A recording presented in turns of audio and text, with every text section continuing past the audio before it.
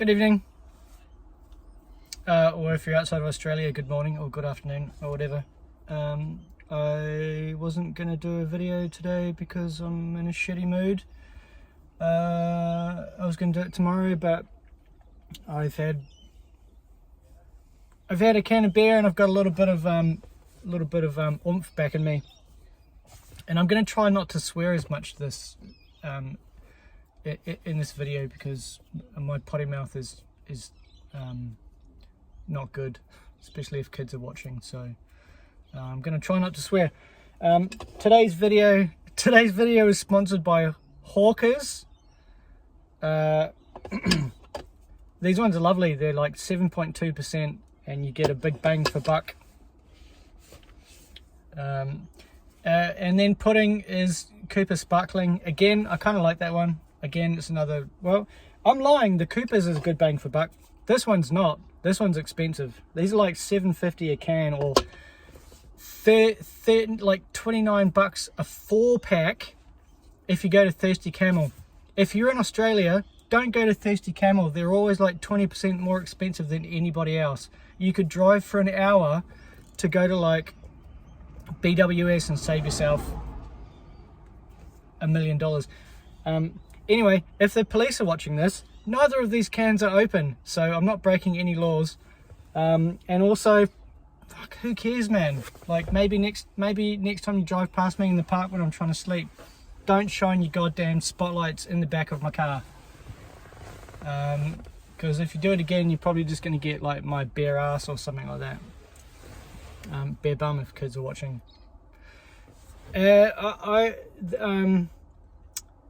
Yeah, shit, what a hectic week. I was kind of making this because in response to a bloke, I'm assuming, called Pinnacle 1717. If you're listening to this, man, thanks for the, and I'm just assuming your gender. It was written by a bloke, but in Melbourne you can never be too sure these days. You could be fucking any flavour of the rainbow. But yeah, like, thanks for the kind words, and like, you asked a couple of questions, and I'm gonna answer them, because I mean, if I was watching these videos, I would also want to know how somebody ended up living in, like, having to live in their car. And the first question was, so you mentioned the gym and you can shower at the gym, and like, yes, I have a very expensive gym membership, and I can shower there when I do go, and if I cancelled the membership, I could save myself, I don't know, like $70 a week. There's cheaper memberships, but it's a good one. It's like classes instead of just having to go there and work my own shit out myself, and it keeps me sane. And oh my god, we're up to 3 minutes already. All right, I'm gonna try and whip through this. How did you get in this situation in the first place? How did things get this way? And you know, as always, there's like a massive backstory to it, but the house that I was living in, there was a few problems there, and I had to move out, and I had to move out over Christmas. Christmas of 2022, 2023, I think. Started packing my stuff up. I was sleeping in the swag in the back garden, and like just going and sitting in my car in a park during the day and just boozing, and then coming back at night and jumping the gate and sleeping in the swag because I didn't want to interact with the household for whatever reason. It was horrible. So I spent Christmas and Boxing Day and the day after Boxing Day in my car drinking on my own, like having a really shitty time, and I don't wish it on anybody. And then I don't have a lot of people to talk to in Melbourne because I'm a massive introvert, and I'm just like, when I have friends, I have really, really close friends, and I don't have a lot of mates because I don't have time for drama or bullshit or like laddie behavior or any kind of stuff like that. Rather just do my own thing, and if I meet someone who's like a really solid human, whether that's a bloke or a girl, whatever, like, then, you know, I'll kind of keep them around, but everyone else just at arm's length. So I didn't have anyone to talk to except for my dad. So I rang my dad, who's back in New Zealand, and I was like, oh, I fucking had a shitty time, I'm sitting in my car drinking, I don't know what to do. And he was like, well, just come back and stay at the house for a little bit and get yourself back on your feet. So I went back to New Zealand, got back on my feet a little bit, was just house sitting his place while he went to the UK for the next 9 months. So I spent most of 24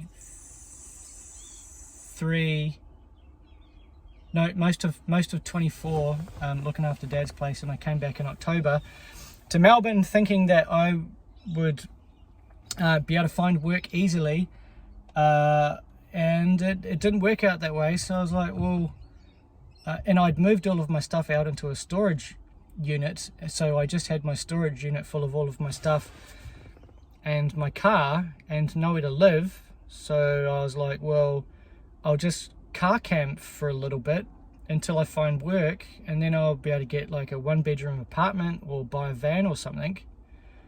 And it's now almost the end of February and nothing. So I've been doing a little bit of Uber Eats just to bring enough money in to kind of like pay bills and stuff like that. I've ashamedly had to borrow money off my dad to help keep me afloat, and I'm going to pay every cent of that back. But you know, if you're a bloke, you would understand the shame of being almost 49 years old and borrowing money off one of your parents. It's certainly not a situation that makes you feel good as a man, but that's a different story. Anyway, so here, man, like I'm trying. I'm trying. I'm really trying. I've been applying for loads of stuff, and 90% of the jobs I've been applying for, there's like 200 people going for the same job. Never hear back. Maybe out of 100 things that I've applied for, I've had 2 responses. Oh, hi, sorry, no, you're not what we're looking for. All right, cool. And I've been applying for like pick-pack jobs, like delivery jobs,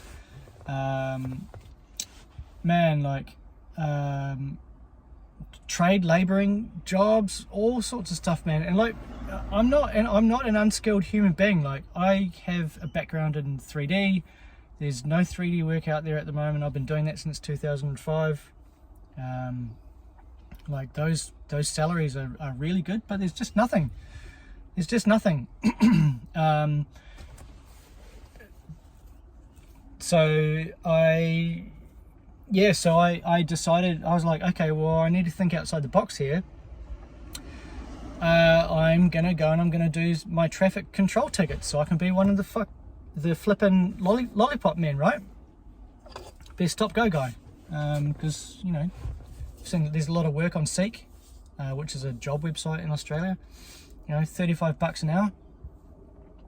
Do 8 hours, 10 hours, 12 hours a day. Do night shift for like $45, whatever. Work weekends, time and a half, double time on Sundays, whatever it is. You know, I get back on my feet real quick. But the traffic control company that the people that I did the course for the traffic control, absolute scumbags, took my $1,300 and then put me through a 3-day course, put all of us through a 3-day course, and then basically washed their hands of it. Like, you don't get your tickets at the end of 3 days. You have to find a company that will take you on to do 20 hours of unpaid placement labor, and then film yourself in 3 different scenarios, send it back into the assessor, and then maybe get signed off. But nobody's taken anybody on. There's 600 people off that, 600 people from various courses for traffic control in Melbourne alone. 600 people are coming off those courses a month looking for placement to get their tickets, but you can't get your tickets because no companies are taking people on. So I don't know, I've emailed and rung like 20 different companies, and no one gets back, or if people do answer the phone, they're like, no, not taking people on. That dude was just doing like 100 Ks in like a 40 zone. Wow. This is why I don't sleep down parks, because it's a Friday night and I'm down a park and all like the mentals come out. Anyway, damn, like 9 minutes 50. All right. The last question he asked was process to get back to normality. Well, I'm gonna address that in a different video, because I'm kind of, there's a light at the end of the tunnel, and I want to talk a little bit more about that, and give a bit more context and stuff like that. But there's a light at the end of the tunnel. I'm going to watch this back and just see if it sounds retarded or if it makes any sense, because I was really trying to quickly just get out what's been going on. But yeah, I don't know if it, yeah. Anyway, all right, I'm going to go, because I'm starting to bloody waffle and it's late and I'm tired. And it's 32 degrees at 7:30 at night, and I got to find somewhere to bloody sleep in this. So, all right, I'm going to go. All right, bye. Thanks for listening.